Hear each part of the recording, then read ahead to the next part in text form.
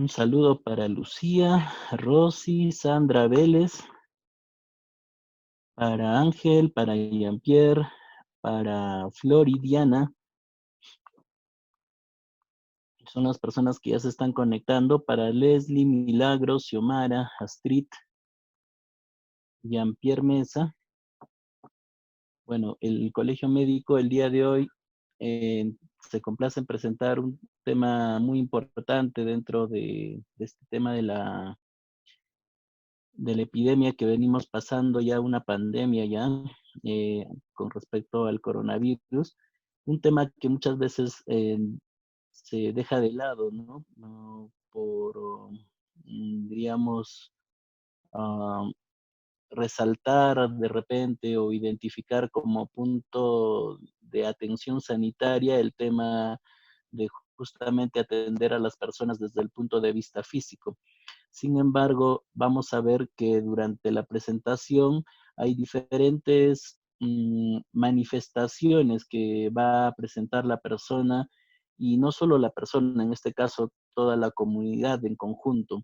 Y eso va a generar, diríamos, una atención en masa que se va a requerir para poder afrontar este difícil momento. Y no solo eso, ¿no? Sino también durante los meses siguientes el impacto que va a tener esta pandemia sobre la vida de todos y cada uno de nosotros, vamos a ver que en algunos va a ser mucho más que en otros y que es necesario organizar todo un sistema, ¿no?, de atención para las personas que requieran atención.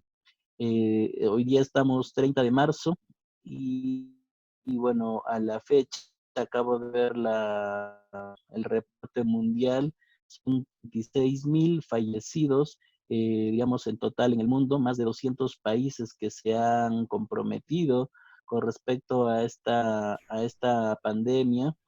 Y bueno, pues los países más azotados lógicamente están entre Italia, España, también está Estados Unidos, Irán, Francia, China, ¿no? Donde empezó este problema.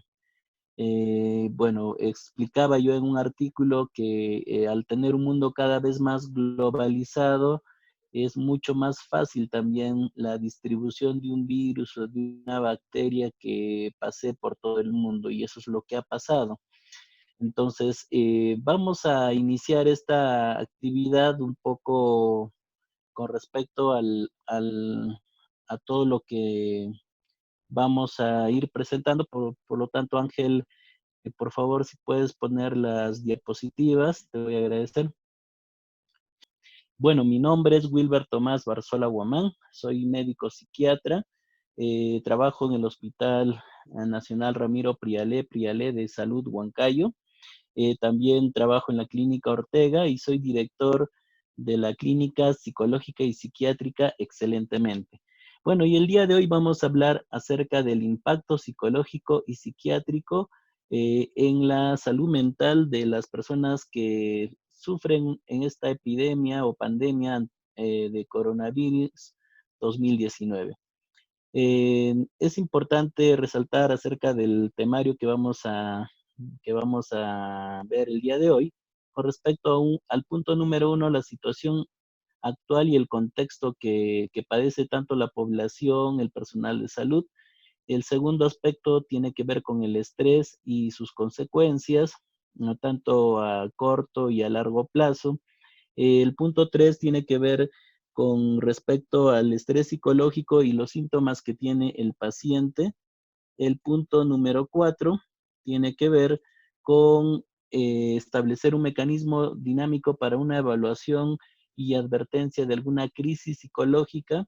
El punto 5 tiene que ver con la intervención y tratamiento basado en la evaluación. Y el punto 6, acciones en la salud mental antes, durante y después de la epidemia. Vamos a mencionar que para poder, diríamos, tener un contexto actual, pasándole al siguiente slide, eh, vamos a ver que en nuestro país, si bien es cierto, el día 6 de marzo se empezó a a ver el primer caso de coronavirus en el Perú, detectado positivo. Sin embargo, es muy probable que durante los primeros días del mes de marzo ya existieran en el contexto muchas personas que provenientes del extranjero, ¿no? Que hayan venido a nuestro país de la manera que fueron importados todos estos casos, ¿no? Y llegaron no solo a Lima, sino a provincias también, ¿ya? Y mientras el gobierno, el sistema de salud recién se estaba preparándose, en realidad el virus ya se nos había adelantado. En ese contexto, la respuesta que se viene ofreciendo en nuestro país, diríamos, es de toda una serie de medidas que se van viendo cada día a través de la comunicación directa que tiene el gobierno, en este caso el presidente, a través de sus diferentes conferencias de prensa, ¿no? Donde anuncia todos los días el número de infectados, el número de muertos, el número de personas que han sido evaluados, el personal sanitario que está contagiado. Es parte de toda una estrategia de comunicación de riesgo. Porque es importante, digamos, tener en marcha una comunicación del riesgo de manera apropiada? Porque la idea es que las personas, en este caso toda la sociedad, pueda tener, diríamos, una manifestación de cambio de su conducta, ¿no? De riesgo a que a partir de la fecha se puedan cuidar. Las medidas establecidas también tienen ese fin, ¿no? De buscar regular la conducta de la persona para que entienda de que el riesgo es muy alto, no solo para la persona, sino para la familia y para la comunidad, y que es importante adoptarla. En el mundo ya son más de 36.000 muertos, ¿no? Fallecidos por este coronavirus, siendo, bueno, pues los países más castigados, como ya es de conocimiento, China, Italia, España, Estados Unidos, Irán, Francia, en realidad en más de 200 países que están sufriendo pérdidas humanas, ¿no? Y vamos a ver que para todo eso es importante tener todo un sistema de atención en salud mental, debido a que no es solo la persona, sino es el grupo, la comunidad, el país entero el que está en crisis. Entonces, a mayor tiempo de aislamiento, hay mayor daño psicológico y eso, bueno, se ve establecido en diferentes estudios, ¿no? Se dice que a partir del día 9 de aislamiento es el punto de corte en que la persona puede estar secuestrada o puede estar aislada, va a empezar a tener manifestaciones diversas, ¿no? Se va a apoderar el miedo, la idea de aferrarse a la vida, ¿no? Y bueno, empiezan diferentes manifestaciones. Pero vamos a ver que las personas que tienen predisposición o cierto grado de vulnerabilidad son las que más probablemente van a sufrir de los síntomas de estas enfermedades, ¿no? También es muy importante tener en cuenta que cada persona en realidad va a reaccionar de una manera distinta o diferente ante la enfermedad o ante la epidemia, ¿no? Entonces, es importante tener en cuenta que cada persona tiene mecanismos de afronte, y esos mecanismos de afronte no son las mismas entre una y otra persona. También que los niños, los adolescentes, las mujeres, los adultos mayores o las personas con enfermedades y comorbilidades y los discapacitados son hasta cierto punto personas vulnerables, ¿no? En el caso de los niños, porque no saben manifestar lo que sienten, tienen la dificultad de poder reconocer sus emociones, sus miedos. En el caso de las mujeres, por el rol que hacen en este caso, no solo de cuidar a la familia, sino muchas veces también tener que trabajar. Los adultos mayores por el tema de las múltiples enfermedades que puedan estar padeciendo, su reserva funcional, también su estado de nutrición, el menor número de ingresos económicos, los hacen mucho más vulnerables, ¿no? Y es más, incluso la mayor cantidad de fallecidos hasta el momento son más adultos mayores. Y el otro grupo son las personas que sufren alguna enfermedad física, ¿no? diabetes, hipertensión, problemas cardíacos, que también hasta cierto punto son factores de riesgo para tener la enfermedad en condición de graves. Nuestra comunidad tiene su propia forma y estilo también de afrontar esta pandemia, ¿no? En realidad, no todos vamos a actuar de la misma manera, pero cada lugar tiene ciertas costumbres que también tenemos que tener muy en cuenta. La siguiente, por favor.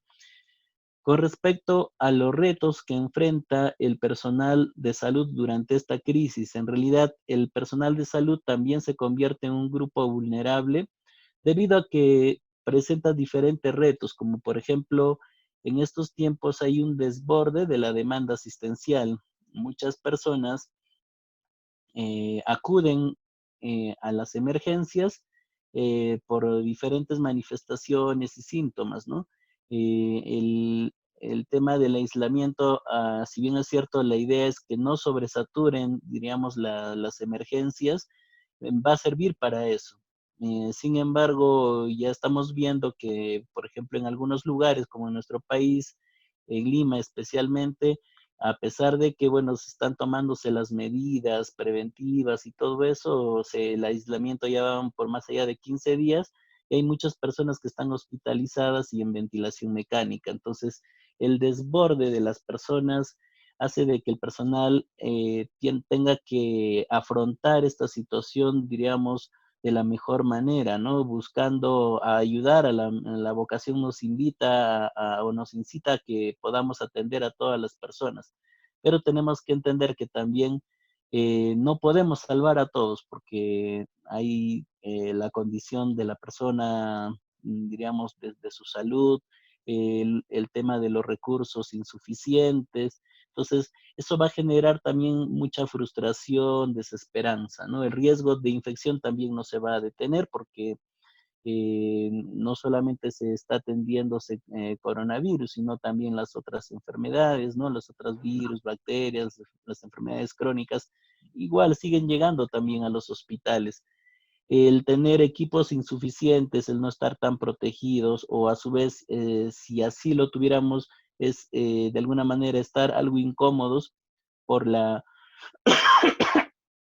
mm, por, diríamos, las características de que no te deja desplazarte rápidamente de un lugar a otro, el de proporcionar apoyo y atención sanitaria no solamente al paciente, muchas veces también tenemos que darle soporte a las personas que vienen con el paciente, el gran estrés que se genera en las zonas de atención directa, como por ejemplo diríamos, en las emergencias, en las zonas ahora de aislamiento, es bastante estresante, diríamos, trabajar durante esas horas, ¿no?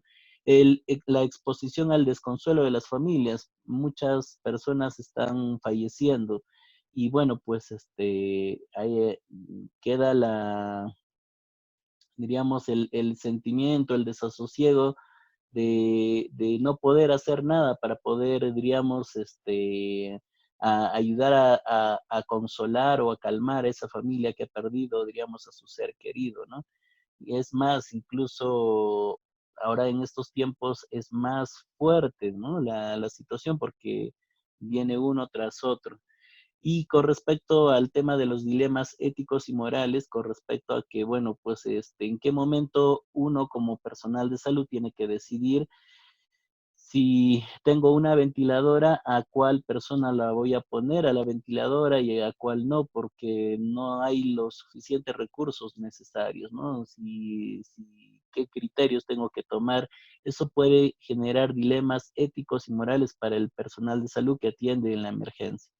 Entonces, como ven, son diferentes factores, tanto físicos como psicosociales, que hacen que el personal de salud que enfrenta esta crisis sea también un grupo de riesgo vulnerable para presentar alguna enfermedad física o mental. Y por lo tanto, acá, si nos ponemos a pensar, hay una enfermedad ocupacional, ¿no? Por el hecho de que se puede adquirir por estar atendiendo este tipo de emergencias que tenemos en nuestro país. La siguiente, por favor. Ahora vamos a definir lo que es riesgo psicosocial. Y el riesgo psicosocial se define como la probabilidad de que un evento traumático pueda causar daño a la persona, ¿no?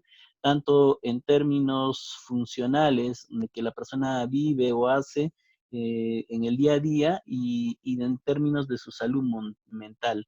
Entonces, cuando su comportamiento, la conducta de la persona y su salud mental se ve deteriorada, producto de un evento traumático, que en este caso es la exposición al coronavirus, eso es un riesgo psicosocial, ¿ya? Y bueno, estamos involucrados en esto, en realidad toda la población a nivel mundial, ¿no? Sin embargo, vamos a ver que para poder valorar ese riesgo psicosocial, necesitamos de la interacción, por un lado, de factores externos, que en este caso sería el mismo virus, la amenaza, ¿no? Y por otro lado, factores internos, que tiene que ver con la vulnerabilidad. Y ahí dentro de la vulnerabilidad vamos a ver, ¿no? Lo que son las comorbilidades, el ambiente, aspectos económicos, el tema del estado de nutrición, eh, muchas cosas que se pueden considerar dentro de los factores internos de vulnerabilidad. Además, introduce un tercer elemento que vendría a ser muy importante, que es la indignación, que es un conjunto de factores que hace que la población se enoje, esté furiosa o si no también esté preocupada. Y eso se nota, ¿no? Porque si uno revisa redes sociales, hay personas que, bueno, pues están más ansiosas, buscando más información, otros que están muy furiosos contra el gobierno, contra las autoridades, contra todas las, indignados contra el sistema sanitario, o hay personas que están muy preocupadas o temerosas, ¿no? Entonces, las reacciones son distintas o diversas en las personas. La siguiente, por favor. Ahora, ¿cómo planificamos la atención psicosocial? Hay que distinguir tres momentos. La siguiente, Ángel, un momento es el antes de la pandemia, luego es el durante y luego también es el después. Y para planificar, diríamos, las atenciones en salud mental, necesitamos, diríamos, tener en cuenta estos tres momentos, ¿no? Entonces, el antes, el durante y el después. Lamentablemente, bueno, pues en nuestro país ya no estamos tan en el antes porque ya estamos durante el proceso, ¿no? Sin embargo, ¿qué es lo que recomienda la Organización Panamericana de la Salud, la Organización Mundial de la Salud y todos los organismos de apoyo? Lo vamos a ver, ¿no? Y también no es atender a todas las personas por igual, sino hay que enfocarnos diríamos, dar una atención focalizada a las personas en cuatro grupos, diríamos, de riesgo, ¿no?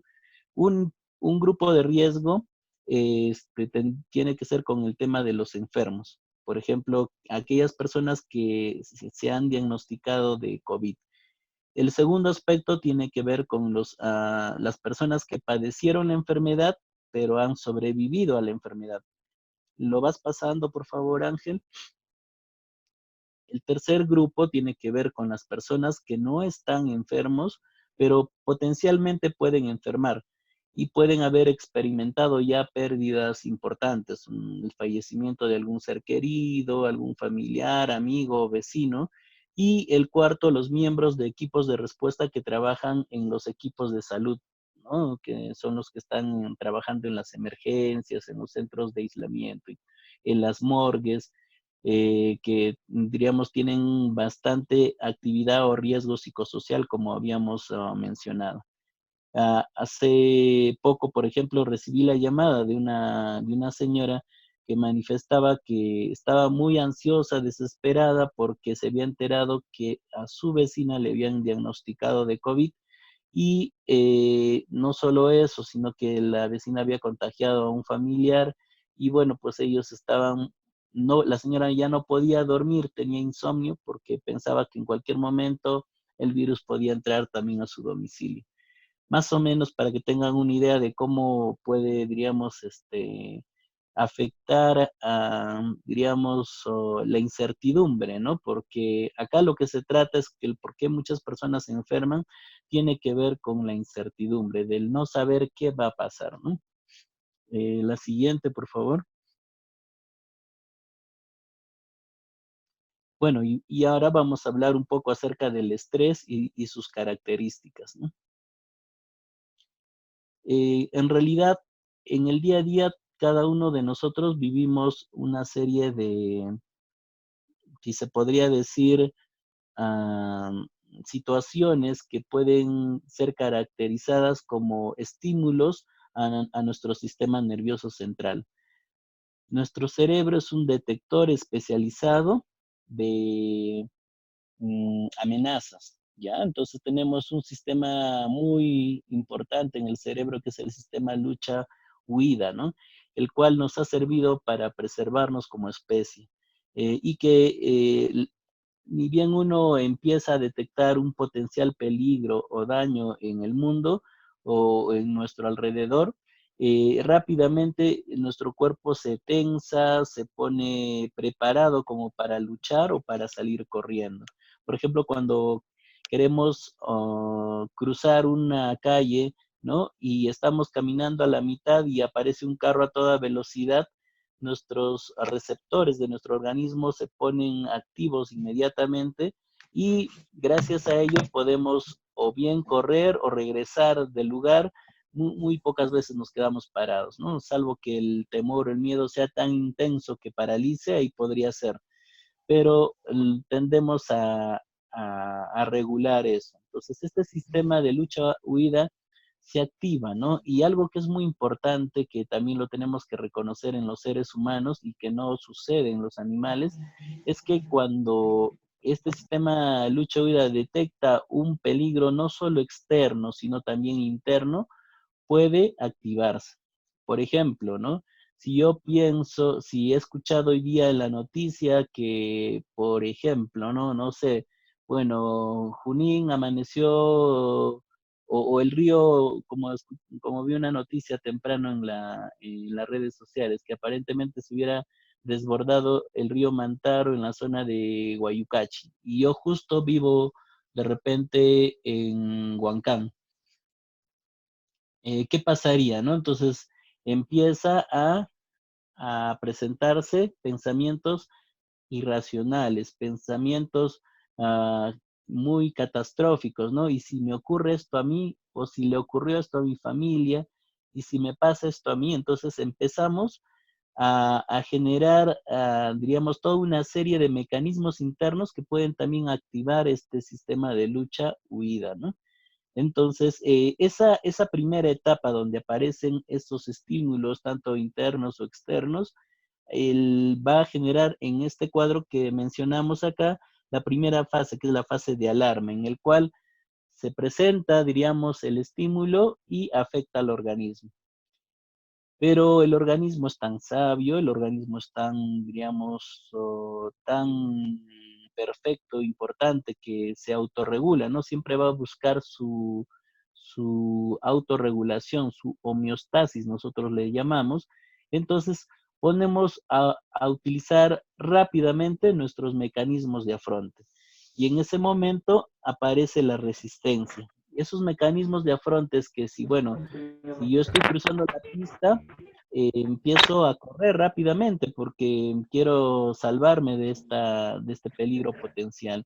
También si es que, bueno, creo que es una idea, ¿no? Un pensamiento, por ejemplo, pienso que de repente se va a desbordar el río también por digamos, por mi ciudad o por mi comunidad.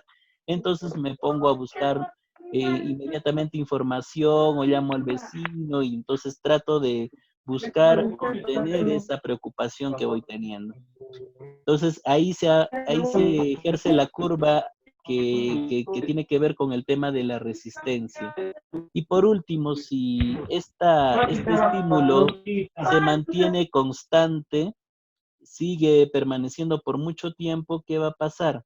que vamos a tener una fase de agotamiento, que es cuando ya esos mecanismos de afronte se pierden, uno ya se siente cansado. Entonces, esa línea que empezó celeste, donde en la fase de alarma está, diríamos, yendo para abajo, en este caso la línea en la fase de resistencia sube, pero en el tiempo se va agotando y se va perdiendo, ¿no? Entonces vamos a tener ese inconveniente de que ya la persona va a necesitar una atención, diríamos, psicológica o psiquiátrica debido a que, bueno, pues se encuentra en un estado, diríamos, de deteriorado de su salud. Va a empezar a tener síntomas físicos y también síntomas psicológicos, ¿no? La siguiente, por favor. Esto es una escala de valoración de reajuste social. Holmes en 1967 se dedicó a hacer todo un grupo de investigación sobre las personas para preguntar sobre qué aspectos de la vida que le tocaba vivir a una persona era, diríamos, más intenso, más fuerte para nuevamente reajustarse a la vida social, o sea, a volver a sus actividades normales después de un tiempo. ¿Qué situaciones generaban mayor impacto, no? Y ahí y ahí podíamos ver que, por ejemplo, la muerte de un cónyuge era considerado para esa época, ¿no? Como un evento muy atroz para el ser humano, para que hace difícil volver a reajustarse y a poder vivir adecuadamente, ¿no? Así como un divorcio, una separación, una condena judicial, la muerte de un familiar cercano, la presencia de una enfermedad o el matrimonio, un despido laboral, la reconciliación, la jubilación, toda una serie de situaciones que nos suelen suceder. Pero imagínense, claro, esto lo he puesto porque para que tengan una idea, ¿no? De así cada evento por separado, cuánto puede impactar en la vida de las personas. Ahora, imagínense esto en una situación de una epidemia, en el cual, o de una pandemia, como estamos pasando ahora, ¿no? Donde no solamente estamos teniendo problemas de repente económicos, sino también estamos teniendo problemas de enfermedad, problemas de fallecimiento de un ser querido, de del esposo, de la esposa, el distanciamiento y toda una serie de cambios que estamos viendo en nuestra conducta. Es por eso que muchas personas van a tener, diríamos, gran dificultad para poder reajustarse nuevamente a este periodo de vida y también luego, una vez pasado la pandemia, el poder continuar con un periodo de desadaptación, ¿no? La siguiente, por favor. Y ahí vamos a ver con respecto a las hormonas y neurotransmisores en el estrés. Hay algunas neurotransmisores y hormonas que producen vasoconstricción, como es la adrenalina, la noradrenalina, el cortisol, que son importantes, son necesarios, pero también es mucho más importante también las hormonas que provocan la vasodilatación. En este caso sería la oxitocina y las endorfinas. Es importante entender de que para que el organismo entre en una regulación, en una homeostasis, es importante la función de ambos, ¿no? Entonces, en estos momentos que tenemos bastante preocupación, miedo, tensión, lo que está incrementado es la adrenalina, la noradrenalina, el cortisol, ¿ya? Y bueno, pues lo que tenemos que hacer es actividades que generen de repente vasodilatación, ¿no? Que vendría a ser la oxitocina y las endorfinas. ¿Qué actividades, por ejemplo, están relacionadas con la producción de las endorfinas? Los ejercicios, el bailar, el poder hacer ejercicio, actividad física. Y la oxitocina, bueno, pues toda demostración de afecto, ¿no? Que si bien es cierto, bueno, ahora no podemos acercarnos tanto a nuestros familiares, sin embargo, las demostraciones de afecto puede ser muy importante también. Ya, la siguiente, por favor. ¿Qué efectos positivos tiene el estrés a corto plazo? en realidad el estrés no es malo, ¿no? En realidad el estrés muchas veces nos ayuda en el día a día a, a- a poder afrontar las situaciones que se nos van generando, diríamos, en nuestro trabajo, en nuestra familia, en todas las actividades que realizamos, ¿no? Es más, incluso el estar sometidos a dosis pequeñas de estrés ayuda a que nosotros podamos tener el mejor desempeño y rendimiento de cada ser humano, ¿no? Ayuda a afrontar muchos desafíos, activa nuestro cuerpo de una manera fisiológica ante una amenaza y, bueno, pone a prueba nuestros mecanismos de afronte, como le habíamos mencionado, ¿no? Eh, una vez alcanzado, diríamos, el nivel de afronte, ese es el punto óptimo máximo en el cual ya también empieza a descender y ya se ve todo lo contrario, que ya más bien es un desgaste o un agotamiento, como habíamos visto, ¿no? Algo muy importante que hay que destacar es que el punto de inflexión es distinto para cada persona. ¿Eso qué quiere decir? Que cada persona puede afrontar un estado de estrés de una manera distinta que otra, ¿no? No todos están, diríamos, expuestos de la misma manera. mm, Tiene que ver mucho sus recursos de afronte, sus vulnerabilidades, para poder descartar si tienen o no, digamos, una consecuencia negativa producto de la situación. La siguiente, por favor. ¿Y qué pasaría si, bueno, pues estos factores estresantes o estas situaciones estresantes van pasando los días y se va volviéndose crónico? Entonces, las personas que ya de por sí tenían un estrés crónico tienen respuestas poco saludables, ¿no? Al estrés. Porque poco a poco se van generándose problemas serios en su salud, tanto física como mental. Aparecen enfermedades como la hipertensión arterial, las enfermedades coronarias, se va disminuyendo, suprimiendo el sistema inmunológico, aparece la diabetes, la depresión, la ansiedad, el estrés laboral y en el caso de las personas que cuidan a adultos mayores, también el agotamiento del cuidador. En, muchas veces estamos prestos a que antes de la epidemia ya muchas personas vivían o vivíamos de repente en una situación de estrés crónico, ¿no? Entonces, esas personas tienen el sistema inmunológico, diríamos, disminuido. Y entonces, ¿eso qué hace? De que ante a un nuevo virus, una bacteria, ¿no? Sean los más frágiles o los más vulnerables. Entonces, en muchos casos, el estrés crónico ha sido la puerta de entrada también para la aparición de otras enfermedades, incluso hasta el mismo cáncer, ¿no? La siguiente. ¿Y qué reacciones, diríamos, han tenido o tienen las personas ante un estrés intenso? Dentro de las emocionales tenemos a la ansiedad, la impotencia, la frustración, el miedo, la culpa, se puede uno poner algo irritable, la tristeza, la anestesia emocional. En el caso de los síntomas conductuales, está un poco hiperactivo o tiende a aislarse, se encierra en su cuarto o evitar las situaciones de personas o de conflictos, ¿no? O habla muy rápido o está con llanto incontrolado.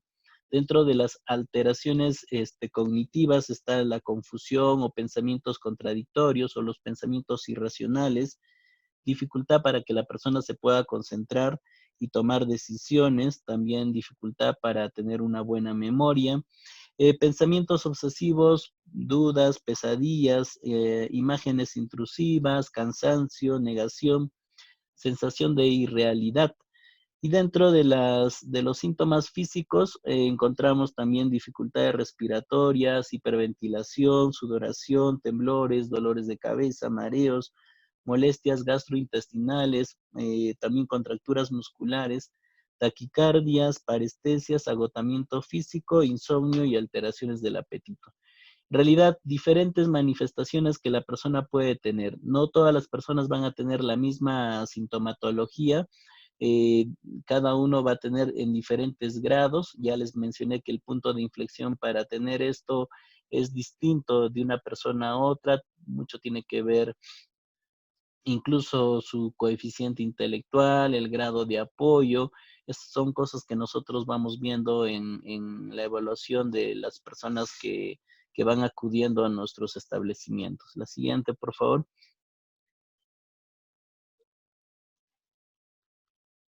Ahora, ¿qué otros puntos clave tenemos que tener? Los brotes de enfermedades afectan a las mujeres y a los hombres de una manera diferente. Así es, muchos varones tienden a enfrentar esto de repente poniéndose a beber, buscar a tomar alcohol, o otros de repente a los videojuegos o a estar un poco más violentos, mientras que las mujeres, por ejemplo, van y a buscar ayuda, ¿no? Conversan con las vecinas o conversan con la familia, trata de exteriorizar, diríamos, sus emociones a través del lenguaje y de las veces de búsqueda de protección. Entonces, eso hace que cada uno, cada sexo afronte de una manera distinta este tipo de situación. También las mujeres representan el 70% de la fuerza laboral, según la Organización Mundial de la Salud, ya que muchas mujeres actualmente no solamente están en casa ayudando, cuidando a la familia, sino también en muchos casos están también trabajando, ¿no? Y son parte del personal de salud. Tenemos médicas, enfermeras, técnicas de enfermería. Son muchas mujeres que están al servicio de la sociedad y también de las familias, y que por lo mismo también están más expuestas. Y también en épocas de crisis, ahora es importante garantizar la continuidad de la atención sanitaria. Sí, porque no solamente estamos atendiendo coronavirus, sino en los hospitales, en los centros de salud, en los puestos de salud, también estamos enfrentando lo que son todo lo que son las demás enfermedades, ¿no? Siguen existiendo lo que son los partos, siguen existiendo también lo que son las atenciones de cirugía. Entonces es importante que el gobierno pueda mm, asegurar la continuidad de las atenciones sanitarias. También es importante actualizar las rutas de derivación, que cada hospital, centro de salud, puesto de salud, sepan cuál es el flujograma a seguir dentro de las atenciones. Y por último, la provisión del apoyo de salud mental y psicosocial para tanto para las personas, para la familia, para las comunidades y el personal de salud es parte fundamental de la respuesta.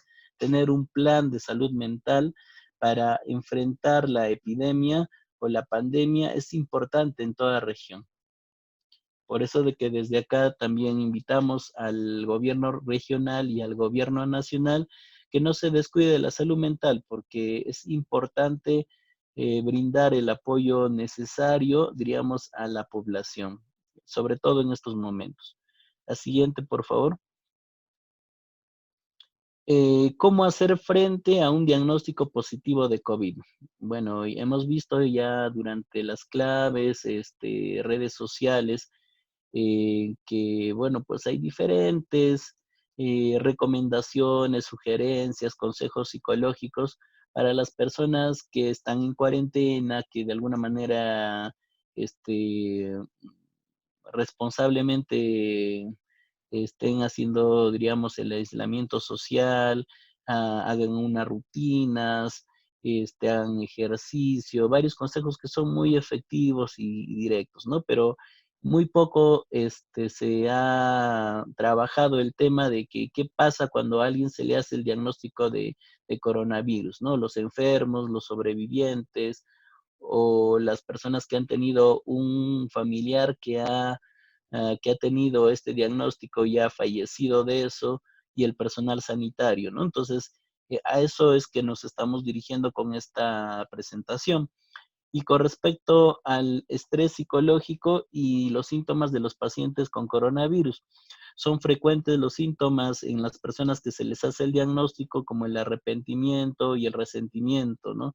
Impotencia, soledad, depresión, ansiedad y fobia, ¿no? Irritación y también alteración del sueño. Empiezas a sentirte mal, ¿no? Bueno, durante estos días mi persona está aislado, por ejemplo, porque, bueno, todavía estoy esperando el resultado de mi hisopado y, bueno, no sabes cómo sentirte, ¿no? Estás con una sensación de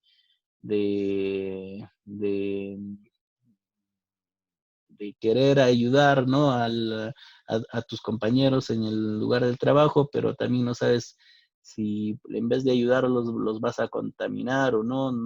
Hay una ambivalencia, ¿no? Entonces, estos síntomas aparecen en las personas según ah, digamos, su forma de vida que ya han tenido antes y también su forma de cómo suelen ellos afrontar las situaciones, sobre todo nuevas, ¿no? Como habíamos dicho, esta pandemia para todos es nuevo y genera bastante incertidumbre. Y a todo lo que el ser humano no conoce o no sabe o le genera incertidumbre, eso le va a generar grandes intensidades de ansiedad. Incluso algunas personas pueden llegar a tener su ansiedad muy intensa y llegar a tener ataques de pánico, ¿no? Alrededor del 48% de los pacientes que están en una sala de aislamiento, que ya están con síntomas, se les puede hacer un diagnóstico de una reacción aguda al estrés, ¿no? Y es parte del inicio de un desencadenamiento de un trastorno mental. Que eso puede migrar en el tiempo a un trastorno de ansiedad, a una depresión, a un trastorno de estrés postraumático. Y también se ha reportado en pacientes graves, ¿no? La presencia del delirio. Aquellas personas que se salen de la realidad producto ya de una encefalitis viral que podría también estar causando el delirio o producto de la misma descompensación o la falla multiorgánica, ¿no? Entonces, es importante reconocer estos síntomas en el paciente con diagnóstico de COVID. Siguiente, por favor. Una estrategia que la Organización Mundial de la Salud y la Organización Panamericana de la Salud propone es acerca de la primera ayuda psicológica, es el PAP, ¿ya? Y es una respuesta humana de apoyo a una persona que está sufriendo y que puede necesitar ayuda, donde no necesariamente la persona que atiende tiene que ser psiquiatra o psicólogo, ¿no? Sabemos que en nuestro país, por ejemplo, hacen falta más psiquiatras, hacen falta más psicólogos. Entonces, la primera ayuda psicológica lo puede, según la OPS, dar también cualquier personal de salud que tiene que tener ciertas características, ¿no? Por ejemplo, la primera ayuda psicológica es brindar ah, o respetar los derechos, la dignidad y la seguridad de las personas, así como también adoptar la propia acción a la cultura de las personas y ser consciente de las otras medidas de respuesta a las emergencias, como el saber cuidarse a sí mismo, ¿no? El saber diferenciar de que, bueno, es el problema que le está ocurriendo a esta persona, pero no dejo que esto me perjudique tanto, ¿no? Entonces, durante el brote de la enfermedad con coronavirus, el que ofrece la ayuda debe asegurarse que la persona conozca sus derechos, así también como sus responsabilidades. ¿Sí? Entonces, es importante que la persona que se brinda a dar el soporte, diríamos, emocional, pueda decirle a la persona, bueno, estoy yo aquí contigo, mira, estás teniendo, diríamos, estos beneficios, tus alimentos se te están trayendo, si tú necesitas algo, tienes que llamar a tal número. También es importante que te aísles, que utilices tu mascarilla y que no te expongas porque se pueden contagiar otras personas, de que tus secreciones los tienes que manejar adecuadamente, ¿no? Entonces es brindar información. Y también esa persona que brinda apoyo psicológico También tiene que saber cuidar de su propio bienestar físico y mental. La siguiente, por favor. La siguiente. Bueno, ¿cuáles son los principios básicos de la primera ayuda psicológica? Los principios básicos tienen que ver con tres, diríamos, am, tres estrategias o tres aspectos muy importantes que se da en toda entrevista, ¿no? Y va por un lado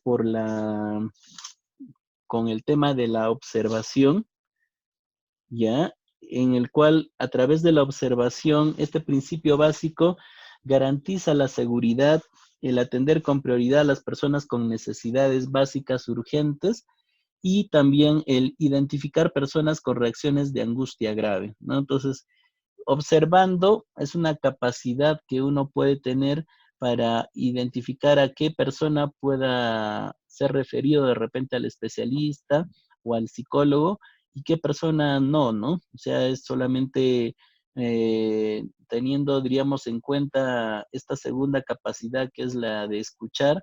Muchas personas tan solo necesitan ser escuchadas, ¿no? De que puedan expresar, diríamos, todos sus requerimientos, que todas las cosas que necesitan, también preguntar sobre sus preocupaciones y sus necesidades, el identificar tal vez alguna forma de poder ayudarlos a tranquilizarlo y también si tiene que establecer otras comunicaciones con otras personas, también hay que dárselas, ¿no? Entonces, el observar, escuchar y por Acá último el solamente voy a ver. conectar va a ayudar bastante a que las personas dándosele información, dándose, diríamos, de alguna manera, ah, obtención de, diríamos, de poder conectar con sus seres queridos o con su red de apoyo, va a ser muy importante para que la persona progresivamente retorne a hacer sus actividades poco a poco, ¿no?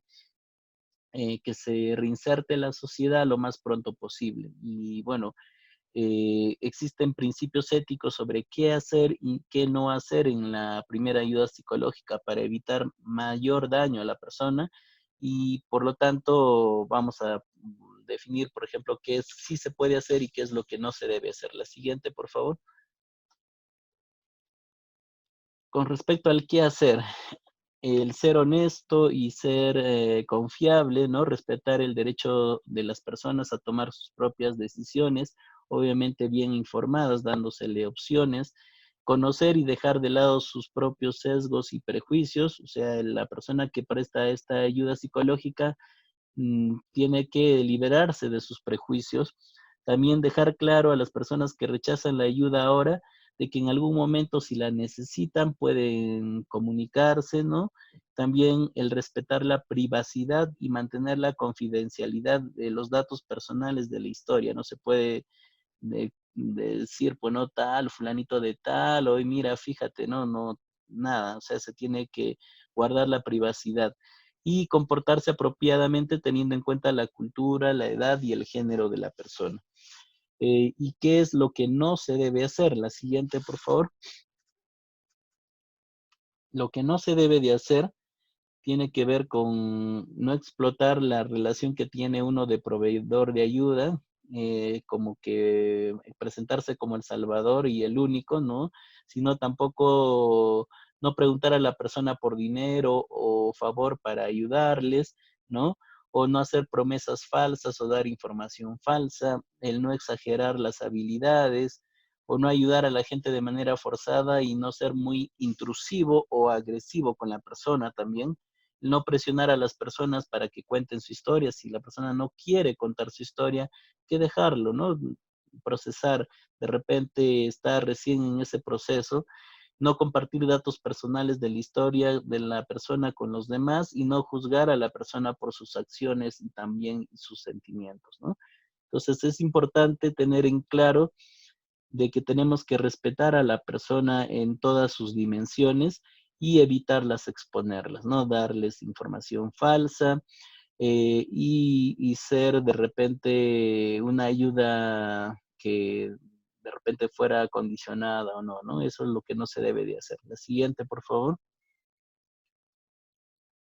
Con respecto a establecer un mecanismo dinámico para la evaluación y advertencia de crisis psicológica, la evaluación mental debe realizarse cada semana desde que el paciente ingresa a una sala de aislamiento, a un hospital, y bueno, pues de preferencia se pueden utilizar así a gran escala lo que son los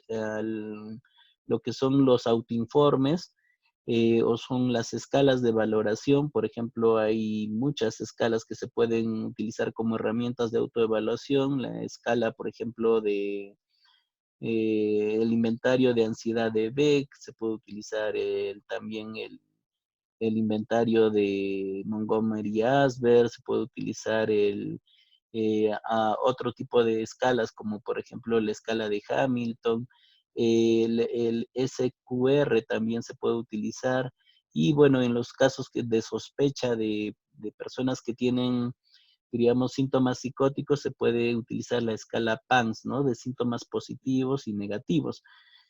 Los psiquiatras y los psicólogos pueden entrevistar y realizar una evaluación, y esta se puede hacer directamente o también a través en línea, ¿no? Ahora la telemedicina está ayudando a través de las videollamadas o las consultas, diríamos, online. Entonces eso se puede implementar en los hospitales y podría ayudar bastante a que el personal de salud mental pueda elaborar estas herramientas diagnósticas. Y no solo eso, ¿no? Sino se requiere evolucionar al paciente, y para poder evolucionar se puede medir nuevamente sacándole a la siguiente semana una nueva escala en la cual se pueda ir viendo la evolución, ¿no? De su estado mental. La siguiente, por favor. Con respecto a la intervención y el tratamiento basado en la evaluación, vamos a ver dentro de los principios de la intervención y el tratamiento, por un lado, los pacientes con síntomas leves y por otro lado, los pacientes con síntomas moderados a graves. En los síntomas leves, muchas veces, pero en casos de pacientes con síntomas moderados a severos, ahí sí es más importante, y bueno, lo dicen las guías internacionales, que hay que utilizar la psicoterapia con los psicofármacos, ¿no? Un tratamiento combinado. Y se puede utilizar antidepresivos, ansiolíticos, benzodiazepinas y antipsicóticos. Todo el arsenal que tiene el psiquiatra para poder medicar, y también todo tipo de psicoterapia, puede ser individual, puede ser grupal, pero es importante tener en cuenta los espacios, diríamos, los momentos, la factibilidad de cómo se organiza el profesional. La siguiente, por favor. El mindfulness tiene la gran ventaja de la atención plena en pacientes con síntomas leves, ayuda a un mejor bienestar personal, mejora la calidad del trabajo, mejora las relaciones interpersonales. Yo sería de la propuesta que, o sea, siempre se utilice el mindfulness dentro de las pausas activas que todo trabajador tiene en un centro laboral, puesto que ayuda bastante a la autorregulación emocional, ¿no? Siguiente, por favor. Ahora vamos a tener las recomendaciones para las atenciones psicosociales a los sobre proceso de recuperación, ¿no? Asegurarse de que también se tengan cubiertas sus necesidades básicas, ¿no? Alimentación, casa, comida. Asegurarse la privacidad y también la confidencialidad. Es muy importante, ¿no? Que se evite exponerse a las personas, a la prensa u otros grupos, que quieran diríamos, intervenir en ese aspecto. También el que ofrece la ayuda psicológica debe desarrollar habilidades como la escucha responsable, cuidadosa y paciente, ¿no? Y la gente necesita reflexionar de lo que le ha sucedido y sobre todo cómo tiene que enfrentar en el futuro. Por lo tanto, es importante que tenga también un tiempo de reflexión o preguntas de reflexión, que eso podría también ayudar.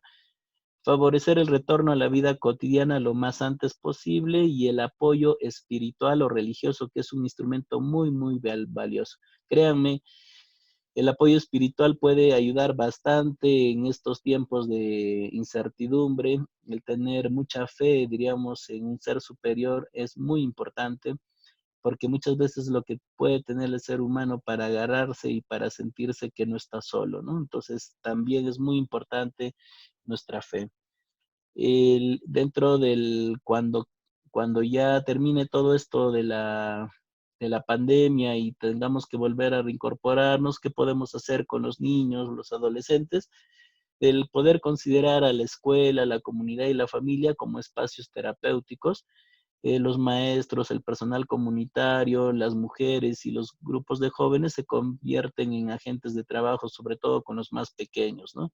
Lo que hay que hacer es fortalecer la capacitación, motivarlos, ¿no? También utilizar técnicas grupales lúdicas y de actividades recreativas que van a ayudar también, favorecer el retorno lo antes posible a la vida normal y aprovechar las tradiciones y costumbres que se tienen, ¿no? Con respecto al cuidado de los menores. La siguiente, la atención de las personas con trastornos mentales. En la siguiente, por favor.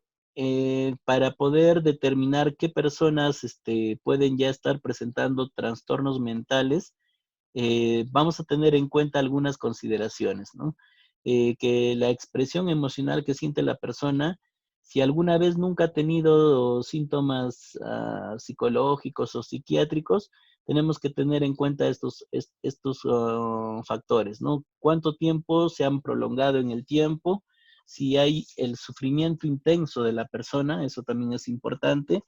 La complicación asociada, si está pensando seriamente de repente en suicidarse, y la afectación significativa del funcionamiento social y cotidiano, ¿no? O sea, si se ha alterado su vida de tal forma de que ya la persona ha perdido su funcionalidad, entonces estamos ante un trastorno mental que necesita ser derivado al especialista, ¿no? Entonces, estos casos, sí, bueno, pues hay que referirlos al psiquiatra, ¿no?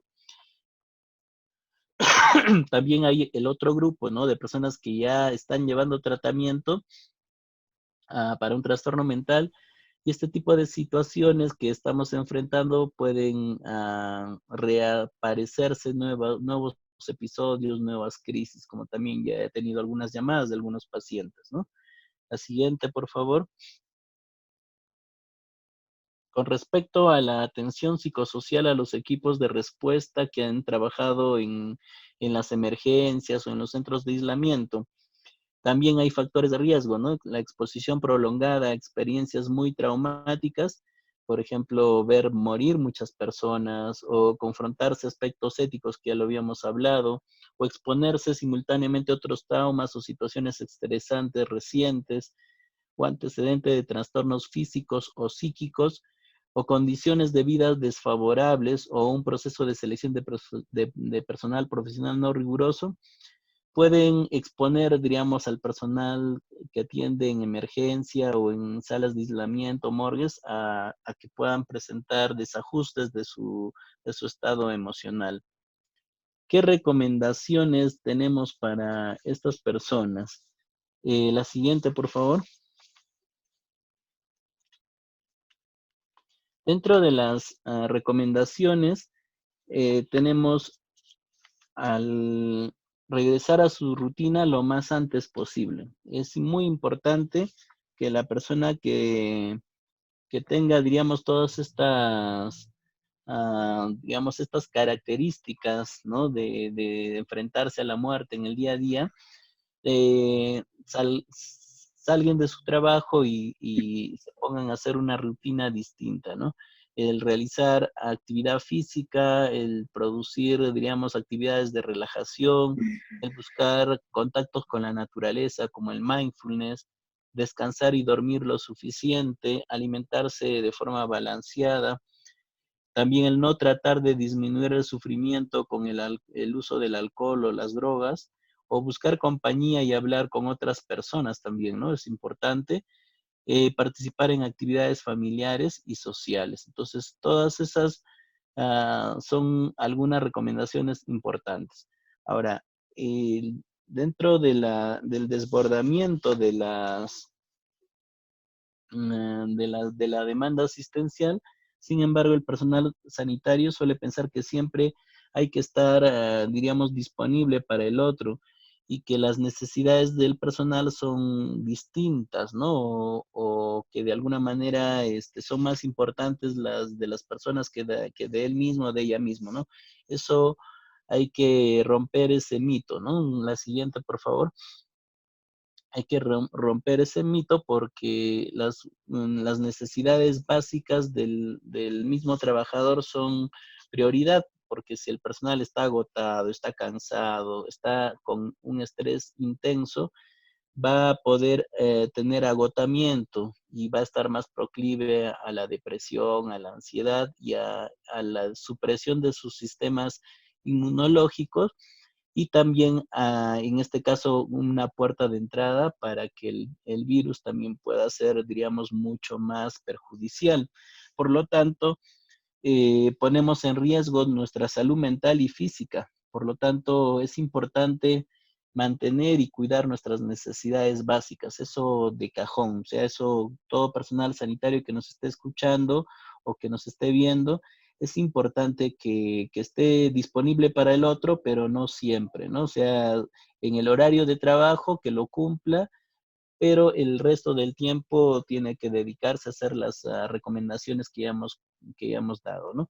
Con respecto al segundo punto, que es el descansar, siempre que sea posible, hacer algo no relacionado al trabajo que encuentre de alguna manera reconfortante, divertido, que de alguna manera sea parte de un hobby, escuchar música, o leer un libro o tener alguna conversación con un amigo o un familiar, pueden, puede hacer que se sienta mejor, ¿no? A veces uno como personal de salud se puede sentir un poco culpable diciendo, bueno, mientras yo estoy descansando, el resto no, está trabajando o hay muchas personas que atender. Entonces, eso también puede ser un pensamiento irracional que pueda exponer al mismo personal. El tercer punto es planificar una rutina fuera del trabajo. Trate de mantener los hábitos que permitan las medidas de restricción. Como el cambio de hábitos es muy drástico realmente, eh, hay que buscar de una manera creativa de qué manera uno puede tener una rutina distinta, ¿no? Como por ejemplo de ejercicios o de llamar, videoconferencias, o conectarse con sus seres queridos. También es importante mantener el contacto con los compañeros, ¿no? De trabajo para recibir un apoyo mutuo, ¿no? Y ver que no estás solo, sino que estás acompañado con tus seres de trabajo también, ¿no? Que son parte de tu familia, ¿no?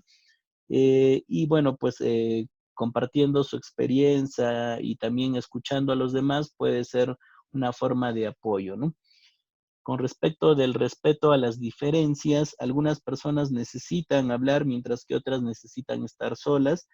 Hay que reconocer eso en cada persona y bueno, pues hay que también respetar eso, ¿no? Entonces hay que tener en cuenta ese pequeño detalle. Compartir información constructiva también es muy importante. Comunicarse con los colegas de una manera clara, alentadora, identificando de repente algunos sesgos o alguna información falsa o que pueda ser muy negativa, es importante que nos elogiemos entre uno y otros, ¿no? Para poder motivarnos, ¿no? O sea, ahorita, bueno, hace poco el gobierno nos ha reconocido como, bueno, pues los primeros soldados en el frente de batalla, una forma motivadora, si se podría decir. Entonces, pero nosotros mismos también nos podemos motivar entre unos y otros, ¿no? Y bueno, los elogios pueden reducir también los niveles de estrés, ¿no? Poder compartir las frustraciones y también las mismas soluciones que se van teniendo también es importante. El estar en contacto con la familia y los seres queridos es muy importante también, ¿no? El ponerse en contacto son en realidad muy importantes para nosotros, nuestros seres queridos. El compartir y mantenerse conectados nos va a ayudar bastante, ¿no?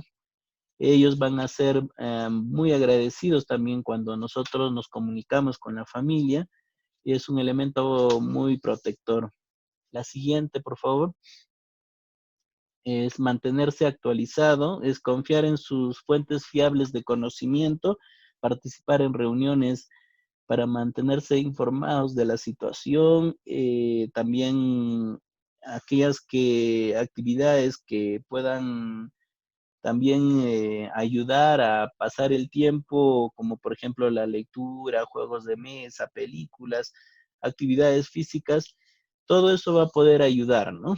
También limitar la exposición a los medios de comunicación. Las imágenes gráficas o mensajes preocupantes van a aumentar más el estrés y pueden reducir la efectividad y el bienestar. Por lo tanto, no es tan bueno estar tan conectados todo el tiempo de noticias negativas, ¿no? Por eso es importante informarse, sí, de fuentes fiables, poner límites a las demandas que se pueden surgir por grupos también de WhatsApp o del Facebook. Y bueno, pues delimitar en lo posible, ¿no? Para poder estar teniendo también un tiempo para descanso. Dicho sea de paso, también es motivo por el cual también algunas personas que me han llamado de repente no les he podido contestar porque estaba haciendo esta presentación o de repente, bueno, pues he estado también un poco delicado los días anteriores, pero bueno, hay que limitar la exposición, ¿no? A los medios de comunicación. También el punto 9, permítase pedir ayuda, ¿no? El reconocer signos de estrés, de pedir ayuda y aprender a pararse para atenderlos es un modo de buscar una manera de regularse, autorregularnos, ¿no? Que va a favorecer bastante nuestra estabilidad. Y el utilizar la ventilación emocional. A esto se refiere a que la competencia profesional y la fortaleza no es incompatible con sentir confusión, inquietud, sensación de descontrol, miedo, culpa, impotencia, tristeza, también irritabilidad, insensibilidad y labilidad. Son precisamente las emociones que nos hacen ser humanos, somos seres humanos. Entonces, por más médicos o personal de salud que podamos tener, también tenemos errores, tenemos sentimientos, tenemos emociones, y compartir esas emociones con alguien que nos transmita seguridad y confianza ayuda a hacerlas más tolerables y poder regularlas. Por lo tanto, el poder charlar con alguien y expresarse cómo uno se siente no es mala idea, todo lo contrario, más bien ayuda bastante. El siguiente punto, la autoobservación, ser consciente de sus emociones y sensaciones. También el sentir emociones desagradables tampoco no es una amenaza, es una reacción normal de defensa de nuestra mente ante el peligro, ¿no? Sin embargo, vigílase a lo largo del tiempo para detectar cualquier síntoma de depresión o de ansiedad. Es importante reconocer a cuando nos estamos sintiéndonos tristes y ya esto está durando mucho tiempo, si hay dificultad para dormir, si hay recuerdos intrusivos, si hay fatiga, cansancio, desesperanza. Eso uno lo puede ir notando y a veces hablándolo con un compañero, un profesional es necesario para poder reportar que nos estamos sintiendo de esa manera, ¿no?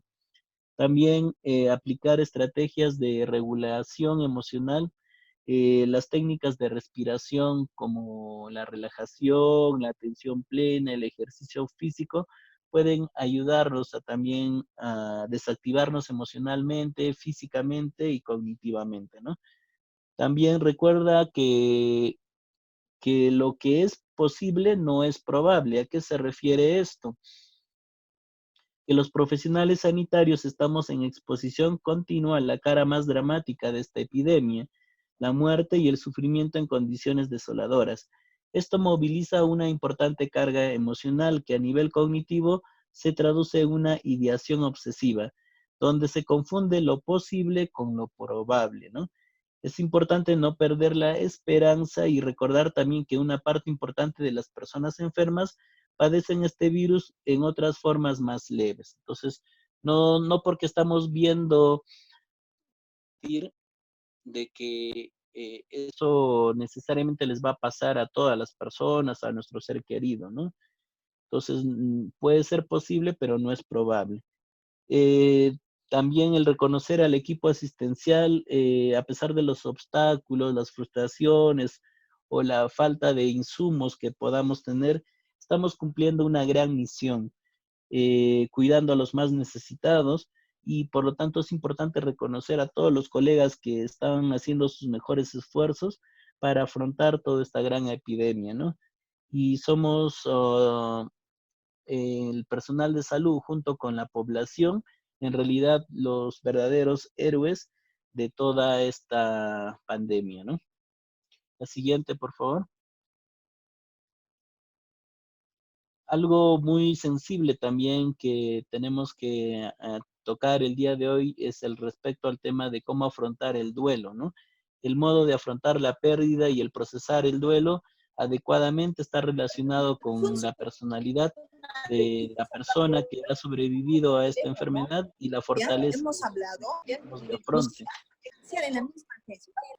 La Ahora relación con usted la me dice que persona tiene que hablar con perdida y las circunstancias en que ocurrieron sus hechos también, ¿no? La red de apoyo social y en qué condiciones estas epidemias se está teniendo, ¿no? Con respecto a la pérdida de muchas personas, el duelo puede ser no solamente un tema individual, sino puede adquirir un ámbito mucho más grande, que es ya el ámbito comunitario.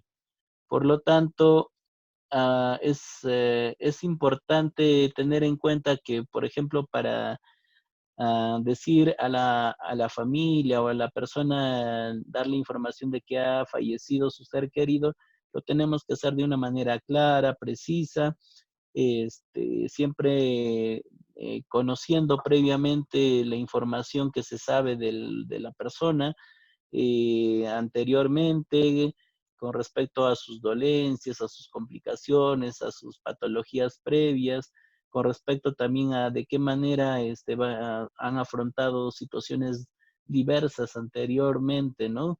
En la familia, teniendo en cuenta también de que, bueno, pues hay que invitar a las personas de repente que están más preparadas y darles la noticia, ¿no? Es la parte que también nos toca hacer como personal de salud. Muchas veces se recomienda de que los que den la noticia no solamente sea una, sino dos personas, de que sea lo más, diríamos, directa posible, siempre dándose el soporte emocional también a la familia y bueno, pues entendiéndole, ¿no? Y estándonos a disposición de ellos para poderlos ayudar de repente respondiendo sus dudas, sus preguntas y en todo lo que ellos necesiten. Eso también es muy importante dentro del modo de afrontar el duelo, ¿no? Con respecto a los criterios para referir a la persona al especialista, que vendría a ser la siguiente, por favor, tenemos que detectar aquellas personas que tienen síntomas persistentes y o agravados ya de los síntomas psicológicos y que necesitan un tratamiento ya especializado, esos hay que derivarlos al psiquiatra, que aquellas personas que tienen conductas inadecuadas, por lo cual haya impactado en su vida familiar, laboral o social también, riesgo de complicaciones, en especial el suicidio, también de la misma manera, problemas coexistentes como el alcoholismo u otras adicciones también, y aquellas personas que ya estén cursando con una depresión mayor, psicosis o un trastorno de estrés postraumático, son condiciones mentales severas que requieren una atención especializada. Entonces, todos estos casos hay, hay que dar una atención inmediata, ¿no? El psiquiatra va a coordinar con el psicólogo para abordar no solamente el tema de los fármacos, sino también el tema de la psicoterapia. Para terminar, con respecto a la intervención, la siguiente, por favor, tenemos la recomendación de medicamentos psicotrópicos en pacientes de edad avanzada. Al seleccionar los psicotrópicos,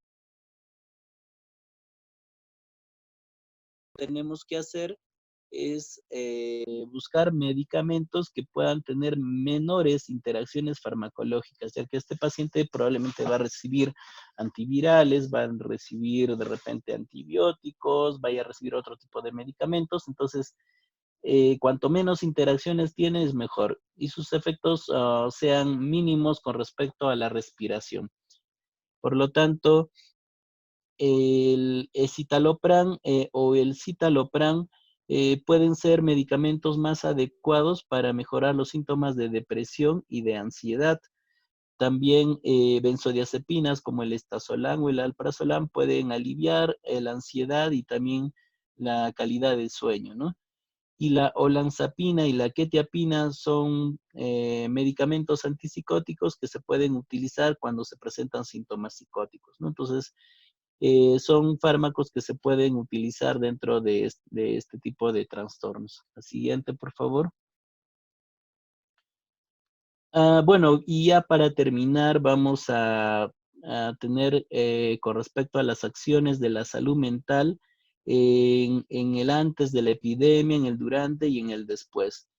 En el antes, ¿no? Que sea algo que se debió trabajar en nuestro país era con respecto a la comunicación de riesgo a la población con énfasis a los grupos vulnerables, el capacitar a los equipos y personal de respuesta en técnicas avanzadas y básicas de primera ayuda psicológica, localizar personal competente en salud mental, capacitar a equipos de salud mental y trabajadores de atención primaria en salud, identificar las condiciones de riesgo psicosocial, protección preventiva autoritaria en casos necesarios también, la estimulación del espíritu solidario y favorecer la participación también de la comunidad, la organización de los servicios de salud mental para una adecuada respuesta en la emergencia y la coordinación interinstitucional y la creación de redes de trabajo. Algo que también vamos a criticar con respecto al cómo se está trabajando, diríamos, en la región, con respecto a la coordinación interinstitucional. Esto se tiene que trabajar bien,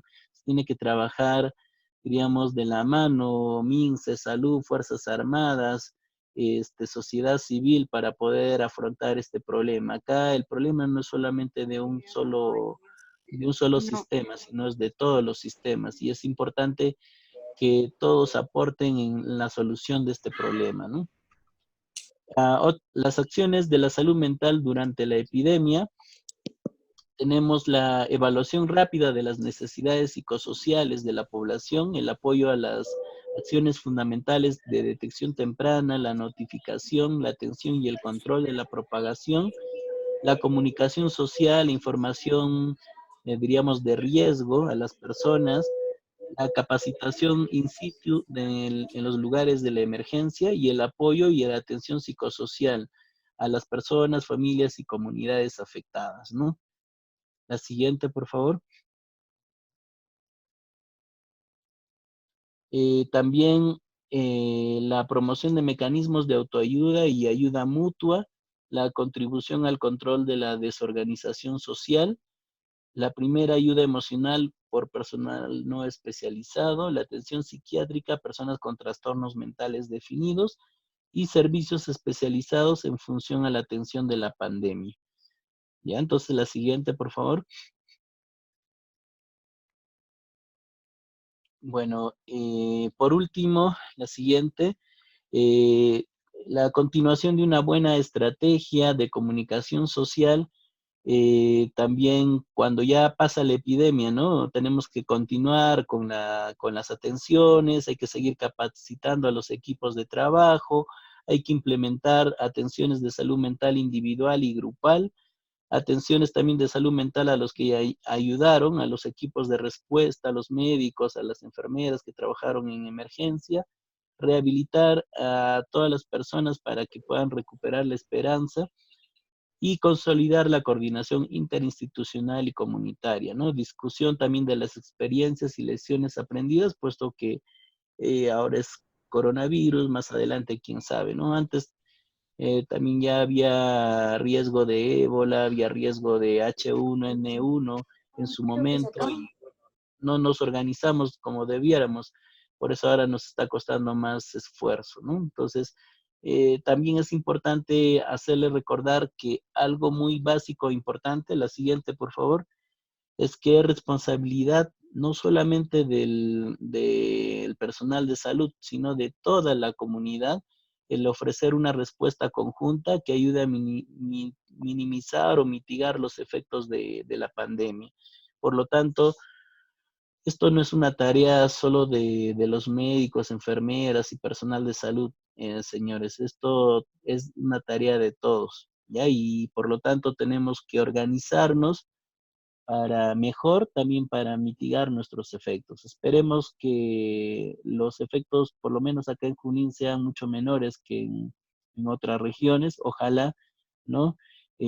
Ojalá que sea así. Bueno, yo escribí hace poco un artículo que mencionaba cuáles eran esas razones que podría hacer que en Junín sea menor este número digamos, de personas contagiadas o personas con menor número de fallecimientos, pero bueno, pues eso también es parte diríamos, de algunos conocimientos con respecto a la epidemiología y también algunas características propias individuales, pero es importante medir ese riesgo, eso no se ha medido, ¿no? Entonces, eso lo vamos a saber durante las semanas que vienen, ¿no? Y bueno, muchísimas gracias por prestarnos atención. Estamos viendo que hay una buena cantidad de participantes. Gracias a todos, a Ángela, Janel, Blanca, Claudia, Gabriel, Jean-Pierre, Esli, Leslie, Lucía, Mariel, Milagros, Andrea, Rosy, Sandra, Xiomara. Gracias. Bueno, será hasta una próxima oportunidad. Y bueno, pues estamos para poder responder a todas las preguntas, ¿no? Bueno, por Doctor, la ahí. primera pregunta, ¿Ya? Sí, Leslie. ¿cómo está, ¿cómo está la situación en los centros de salud mental a nivel de la región Junín durante el estado de emergencia de la nación? A ver, bueno, en nuestra región nosotros tenemos tres centros comunitarios.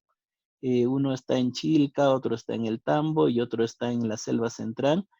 Que están brindando ayuda de soporte psicológico y psiquiátrico a la población, diríamos, a través del Seguro Integral de Salud.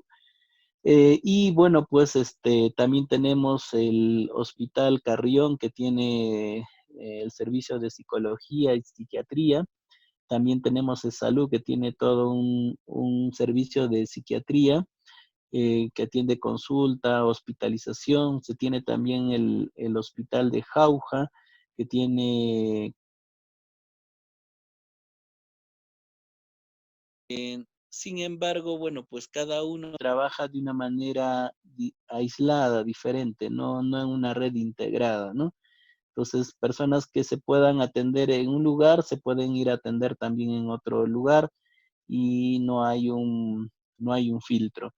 Ahora, es importante también tener en cuenta de que tampoco no se tiene un plan, diríamos, regional, tanto para la enfermedad física como también para estos riesgos psicosociales que hemos hablado el día de hoy. A nivel regional, a pesar de que el gobierno ha dispuesto a través de la presidencia del Consejo de Ministros de que se debería tener ya establecido dónde se van a atender a los pacientes graves, dónde se van a atender a los pacientes, diríamos, con aislamiento. Eh, el, el gobierno regional está teniendo algunas limitaciones con respecto al poder integrar a todas las redes de atención, tanto a nivel primario y también a nivel de hospitalario, ¿no? Entonces, eso hace de que haya más incertidumbre con respecto a dónde se van a atender los pacientes que van llegando, ¿no? A los hospitales. En cada hospital, hasta cierto punto, se está improvisando las atenciones de las personas que van llegando con estados de gravedad.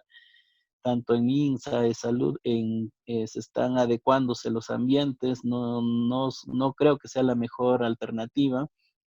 Y en salud mental menos, ¿no? O sea, tampoco no se ha establecido todo un plan regional para ello, ¿no? Entonces, Junín ha sido uno de los departamentos que ha tenido mayor cantidad de detenidos, por ejemplo, por no acatar el paro, o perdón, el aislamiento social.